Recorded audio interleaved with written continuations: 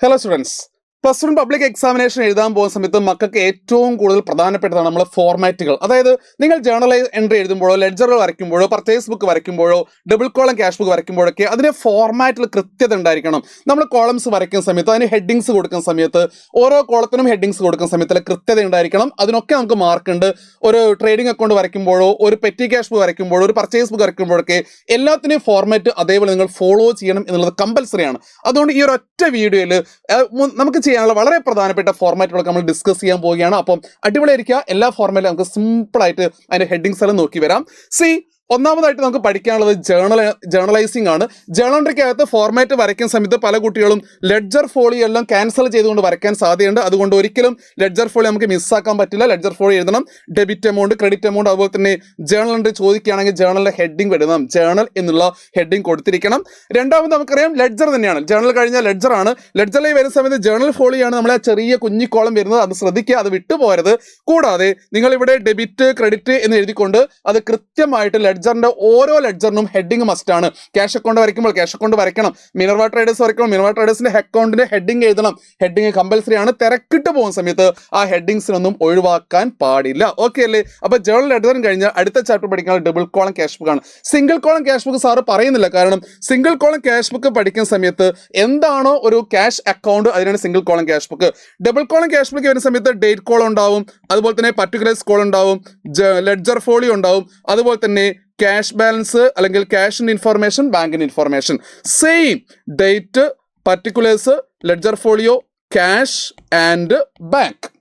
ഇനി ശ്രദ്ധിക്കേണ്ട കാര്യം, നമുക്ക് കോൺട്രാ എൻട്രി ഒക്കെ വരുന്ന സമയത്ത് ആ ലെഡ്ജർ ഫോളിയോ കോളത്തിൽ സി മാർക്ക് മറന്നു പോകരുത്. അതുപോലെ തന്നെ പർട്ടിക്കുലേഴ്സ് കോളത്തിന് പകരം കുട്ടികൾ റെസിപ്റ്റ്സ് അതുപോലെ തന്നെ പേയ്മെന്റ്സ് റെക്കോർഡ് ചെയ്യാണ്ട് കൺഫ്യൂഷൻ വേണ്ട. റെസിപ്റ്റ്സും പേയ്മെന്റ്സും എഴുതി കഴിഞ്ഞാലും നിങ്ങൾക്ക് ശരിയാണ്, മാർക്കൊന്നും കുറയില്ല. അടുത്തൊരു ഫോർമാറ്റ് ആണ് petty cash book. Petty cash book ബാലൻസിന്റെ ഏരിയ സാർ കൃത്യമായിട്ട് മറ്റൊരു വീഡിയോ പറയുന്നുണ്ട്. അതുകൊണ്ട് ഈ ഒരു ബാലൻസിങ് ഏരിയയിലുള്ള കോളംസ് വരച്ച രീതി മക്കളൊന്ന് ഓർമ്മിച്ച് വെക്കണം. കാരണം അത് ഒരിക്കലും മറക്കാൻ പാടില്ല. പല കുട്ടികളും നമുക്ക് ഈ ബാലൻസിങ് ഏരിയ തെറ്റിക്കാറുണ്ട്. അതുപോലെ ഹെഡിങ്സിലേക്ക് പോകുന്ന സമയത്ത് ക്യാഷ് റെക്കോർഡ് ചെയ്യുന്നു, ഡേറ്റ് വരുന്നു, അതുപോലെ തന്നെ പർട്ടിക്കുലേഴ്സ് വരുന്നു, അതുപോലെ തന്നെ നമുക്ക് ടോട്ടൽ കോളം വരുന്നു, ലെഡ്ജർ ഫോളി വരുന്നു, voucher means may be voucher number വരുന്നു. പിന്നെ ഏതൊക്കെയാണോ പെറ്റി എക്സ്പെൻസ് ആ പെറ്റി എക്സ്പെൻസ് സെപ്പറേറ്റ് ഹെഡിങ് കൊടുക്കുന്നു. പെറ്റി ക്യാഷ് ബുക്ക് വരയ്ക്കുമ്പോൾ ഏറ്റവും കൂടുതൽ മക്കൾ എക്സാമിന് ശ്രദ്ധിക്കേണ്ടത് ഈ ഒരു ഏരിയ ആണ്. ബാലൻസിങ് ഏരിയ നല്ല പോലെ കെയർ ചെയ്തിടണം. ഇനി അടുത്തത് പർച്ചേസ് ബുക്ക് ആണ്. ഇനി അങ്ങോട്ട് purchase book, sales book, purchase return, sales return, ഈ ഭാഗത്ത് നല്ലപോലെ ശ്രദ്ധിക്കുക. അതിൽ പല ഫോർമാറ്റ് യൂസ് ചെയ്യും. കാരണം അതൊരു അക്കൗണ്ട് അല്ല, ഒരു സ്റ്റേറ്റ്മെന്റ് പോലെ വരയ്ക്കുന്നതായതുകൊണ്ട് നമുക്ക് എങ്ങനെ വേണമെങ്കിൽ ചെയ്യാം. അത് ഏറ്റവും കൂടുതൽ ശ്രദ്ധിക്കേണ്ട കാര്യം, പർച്ചേസ് ബുക്ക് ആണെങ്കിൽ ഇത് ഇൻവോയ്സ് നമ്പർ ആയിരിക്കണം. ഇൻവോയ്സ് നമ്പർ ആയിരിക്കും നമ്മൾ കൊടുക്കേണ്ടത്. പർച്ചേസ് ബുക്ക് ആണ്, ഇൻവോയ്സ് നമ്പർ ആണ്. Name of the supplier, date കോളൊക്കെ വരച്ചുകൊണ്ട് വേണമെങ്കിൽ കാൽക്കുലേഷൻ നടത്താൻ വേണ്ടി നിങ്ങൾക്ക് എക്സ്ട്രാ കോളം വരയ്ക്കുന്നത് കൊണ്ടൊന്നും അതിൽ കൺഫ്യൂഷൻ ഇല്ല. ഇല്ലെങ്കിൽ കാൽക്കുലേഷൻ ആ ഒരു നെയിം ഓഫ് ദ സപ്ലയർ കോളത്തിൽ നിങ്ങൾക്ക് പ്രിപ്പയർ ചെയ്യാം. ഇതുപോലെ തന്നെയാണ് സെയിൽസ് ബുക്ക്. സെയിൽസ് ബുക്ക് സമയത്ത് നമുക്ക് ഇൻവോയ്സസ് തന്നെയാണ് വരുന്നത്. പക്ഷേ പർച്ചേസസ് റിട്ടേൺസിന്റെ സമയത്ത് നമുക്ക് വരുന്നത് ഡെബിറ്റ് നോട്ട് ആയിരിക്കും എന്ന് മക്കൾ ഓർമ്മിക്കുക. സെയിൽസ് റിട്ടേണിൽ നമുക്ക് വരുന്നത് ക്രെഡിറ്റ് നോട്ട് ആയിരിക്കും എന്ന് കൃത്യമായി ഓർമ്മിക്കുക. അവിടെ നമ്മുടെ എന്താണോ സോഴ്സ് ഡോക്യുമെന്റ് ആ സോഴ്സ് ഡോക്യുമെന്റിൽ വ്യത്യാസം വരുന്നുണ്ട്. അത് ഹെഡിങ് കൃത്യമായിട്ട് കൊടുക്കണം. പിന്നീട് നമുക്ക് ബാങ്ക് റീകൺസിലിയേഷൻ സ്റ്റേറ്റ്മെന്റ് ആണ്.